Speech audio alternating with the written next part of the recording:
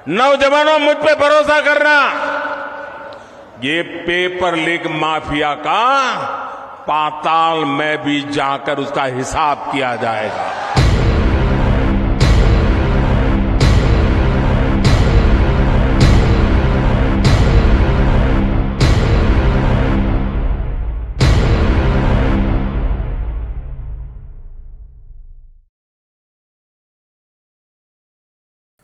भारत में बेरोजगारों की समस्या को उठाती है हमारी एक खास सीरीज भारत के बेरोजगार के चौथे भाग में हम पहुंच गए हैं।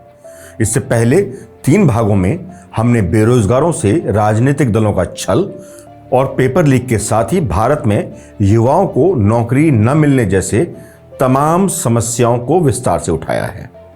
इन सभी का लिंक हमने डिस्क्रिप्शन बॉक्स में दिया है, वहां जाकर आप इन सभी वीडियोस को देख सकते हैं। भारत के बेरोजगार के इस भाग में हम इस देश के लगभग सभी राज्यों की बेरोजगारी दर और उसके कारणों पर नजर डालेंगे। हमारी इस सीरीज के जरिए सिर्फ एक कोशिश है कि भारत के युवा जो बेरोजगार भी हैं उनकी हर समस्या को उठाया जा सके, जिससे सरकार का भी ध्यान थोड़ा ही सही पर इस देश की असल समस्या पर जाए। आप सभी युवाओं और आपके माता पिता के लिए ये आंकड़े जानना जरूरी है। आप समझते ही हैं कि पेड़ की शाख पर पहुंचने से पहले जड़ को समझना जरूरी होता है। आखिर जो छल आपके साथ किया जा रहा है उसको पहले आपको समझना जरूरी है। अगले भाग यानी भारत के बेरोजगार के 5वें एपिसोड में हम उन मुद्दों पर बात करना शुरू कर देंगे जो आपकी राहों को रोजगार की ओर लेकर जाएगी। हम बड़े बड़े टीवी संस्थानों की तरह साधन संपन्न नहीं हैं, ना ही हमारी कोई बहुत बड़ी टीम है। आप ही हमारी टीम है और आप ही हमें हिम्मत दे सकते हैं। एक प्रार्थना और है आप सभी युवा साथियों से और आपके परिजनों से भी कि कमेंट बॉक्स में या हमारे मेल आईडी के जरिए हमें अपने विचारों से भी जरूर अवगत कराते रहें, ताकि कुछ भी छूटे नहीं। आखिर ये देश के भविष्य की नींव का सवाल है। मुझे यकीन है कि हमारी हिम्मत बढ़ाने के लिए आप वीडियो को शेयर जरूर करेंगे, लाइक और सब्सक्राइब करना भूलेंगे नहीं। वर्ल्ड ऑफ स्टैटिस्टिक्स के आंकड़ों के मुताबिक भारत में बेरोजगारी दर 7.1% है और यह दुनिया में 7वां सबसे बड़ा रोजगार देश है। भारत में बेरोजगारी की दर में बढ़ोतरी हुई है, इसको लेकर सामने आए ताजा आंकड़े भी बयां करते हैं, साबित करते हैं। द टेलीग्राफ की एक रिपोर्ट कहती है कि निजी सर्वेक्षण और अनुसंधान समूह centre for monitoring Indian economy के अनुसार देश में बेरोजगारी दर अक्टूबर में 10% को पार कर गई है। CMIE जो ग्रामीण और शहरी क्षेत्रों में घरेलू सर्वेक्षण करवाता है, उसके अनुसार अक्टूबर तक बेरोजगारी दर 10.05% थी, जबकि यही आंकड़ा सितंबर में 7.09 था। बेरोजगारी दर कार्यबल में बेरोजगार लोगों का प्रतिशत है जो कार्यरत हैं या नौकरी की तलाश में हैं।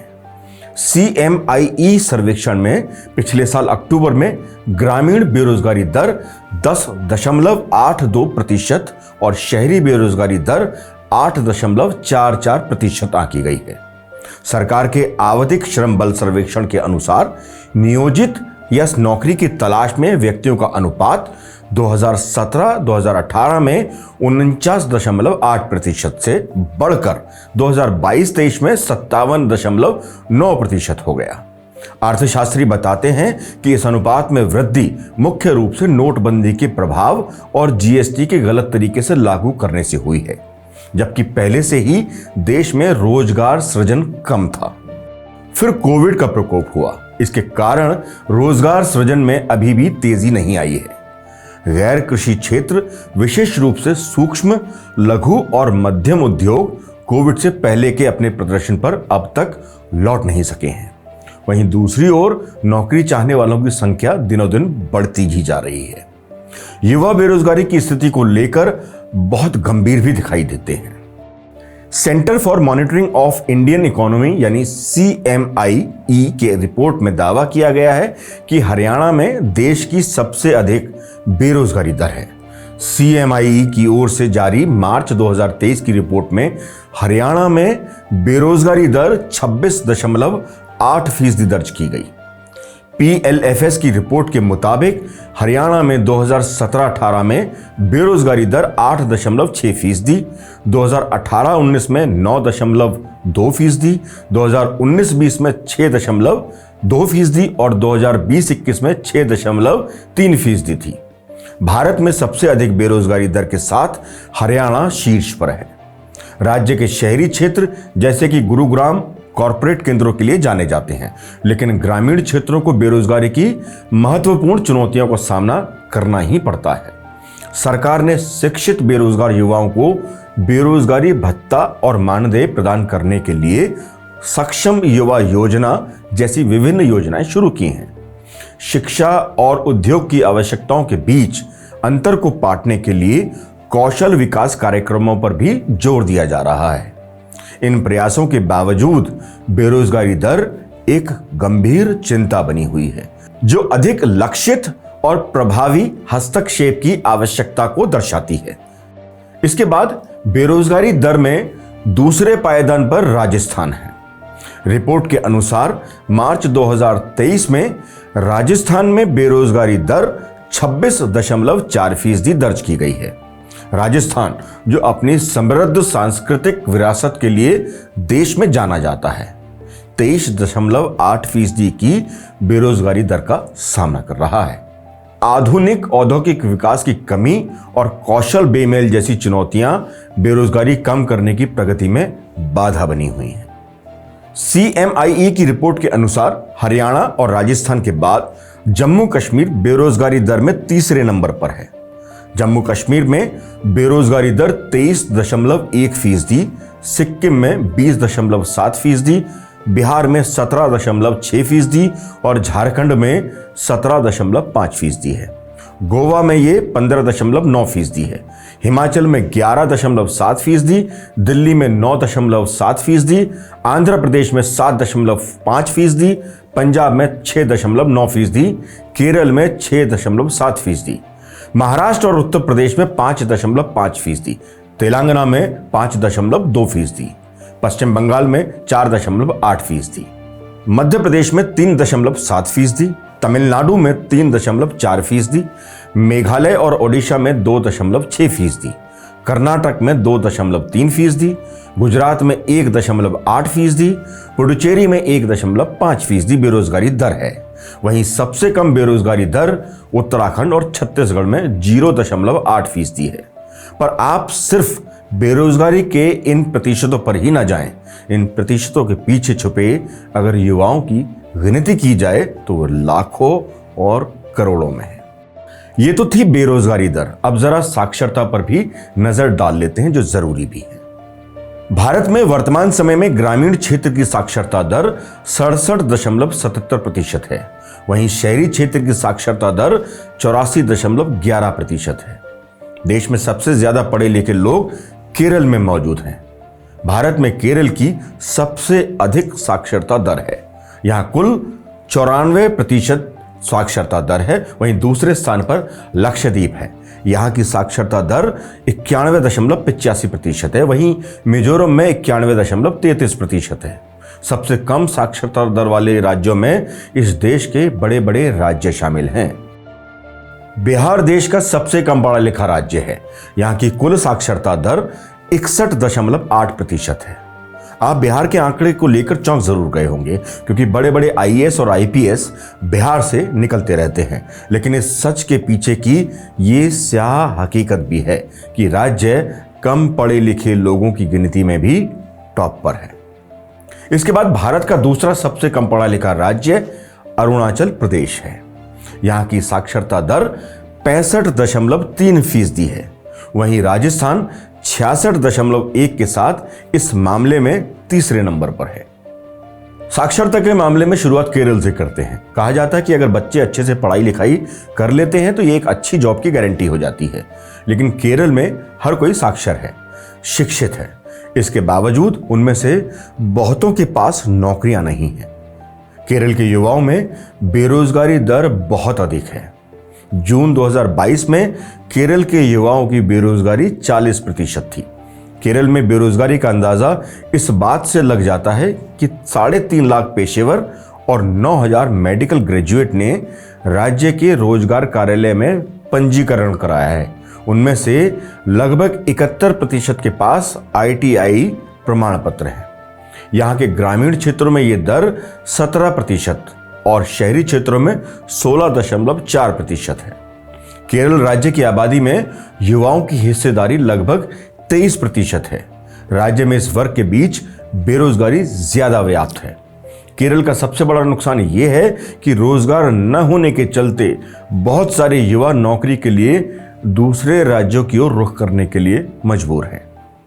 देश में लगातार बेरोजगारी बढ़ रही है और उच्च शिक्षा प्राप्त उम्मीदवार भी कम शैक्षिक योग्यता वाली नौकरियों के लिए आवेदन करने को मजबूर हो रहे हैं।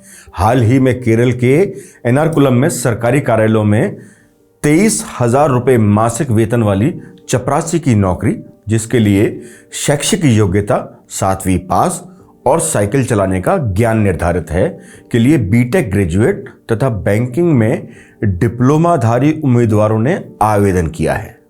वैसे तो कोई भी काम छोटा नहीं होता, परंतु यदि उच्च योग्यता प्राप्त लोगों को कम योग्यता वाले पदों पर काम करने के लिए मजबूर होना पड़े तो समझा जा सकता है कि समस्या कितनी विकट, कितनी गंभीर है। समस्या किसी एक प्रदेश की नहीं बल्कि पूरे भारत देश की है ये। अब एक नजर उन राज्यों पर भी डाल लेते हैं जो रोजगार देने के मामले में सबसे ऊपर हैं। इसमें सबसे ऊपर जाना जाता है ओडिशा का नाम। बेरोजगारी कम करने में ओडिशा देश में पहले नंबर पर है। ओडिशा में देश में सबसे कम बेरोजगारी दर है। देश में बेरोजगारी दर जहां बढ़ी हुई है, वहीं ओडिशा में बेरोजगारी दर 0.9% है। ओडिशा में तेजी से औद्योगिकरण के साथ एक स्थिर सरकार है। राज्य सरकार नियुक्तियों को महत्व दे रही है। कहा जाता है कि इससे बेरोजगारी दर में काफी हद तक कमी आई है। स्थिर सरकार का इफेक्ट इस बात से भी लगाया जा सकता है कि उत्तर प्रदेश जैसे बड़े राज्य जहां बेरोजगारी दर एक बड़ी समस्या के रूप में दिखाई देती थी, अब वहां थोड़ा सा सुधार दिखाई दे रहा है। योगी आदित्यनाथ सरकार के पहले कार्यकाल की शुरुआत के समय वर्ष 2016-17 के दौरान प्रदेश में बेरोजगारी की दर 17.5% थी, जबकि अब प्रदेश में बेरोजगारी की दर में कमी देखी जा रही है। यूपी ने 17 राज्यों को पीछे छोड़कर अपना एक अलग स्थान बना लिया है। अब यह घटकर 3.9% के स्तर पर पहुंची है। यूपी सरकार इसे अपनी रोजगार देने की नीतियों की उपलब्धि करार दे रही है। सरकार की ओर से हर घर से एक व्यक्ति को रोजगार से जोड़ने की योजना पर भी काम शुरू किया गया है। इस योजना के प्रभावी होने के बाद प्रदेश में बेरोजगारी की दर में और कमी आएगी। रोजगार देने के मामले में यूपी, हरियाणा, राजस्थान, जम्मू कश्मीर, पश्चिम बंगाल, बिहार, दिल्ली, पंजाब जैसे राज्यों को पीछे छोड़ने में सफल रहा है।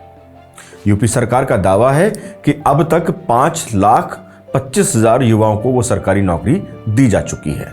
3 लाख युवाओं को सरकारी विभागों में संविदा पर सेवा और MSME में 2 करोड़ लोगों को रोजगार दिलाया गया है। इसके अलावा मनरेगा और स्वयं सहायता समूह के माध्यम से करीब 2.5 करोड़ लोगों और ODOP में 25 लाख लोगों को रोजगार मिले हैं। वैसे इन सभी आंकड़ों को कई संस्थाएं जुटाती हैं। हालांकि थोड़ा बहुत अंतर सभी संस्थाओं के आंकड़ों में होता है, लेकिन कुल मिलाकर देश के सभी राज्यों के आंकड़े सभी रिपोर्ट्स में लगभग मिलते जुलते नजर आते हैं।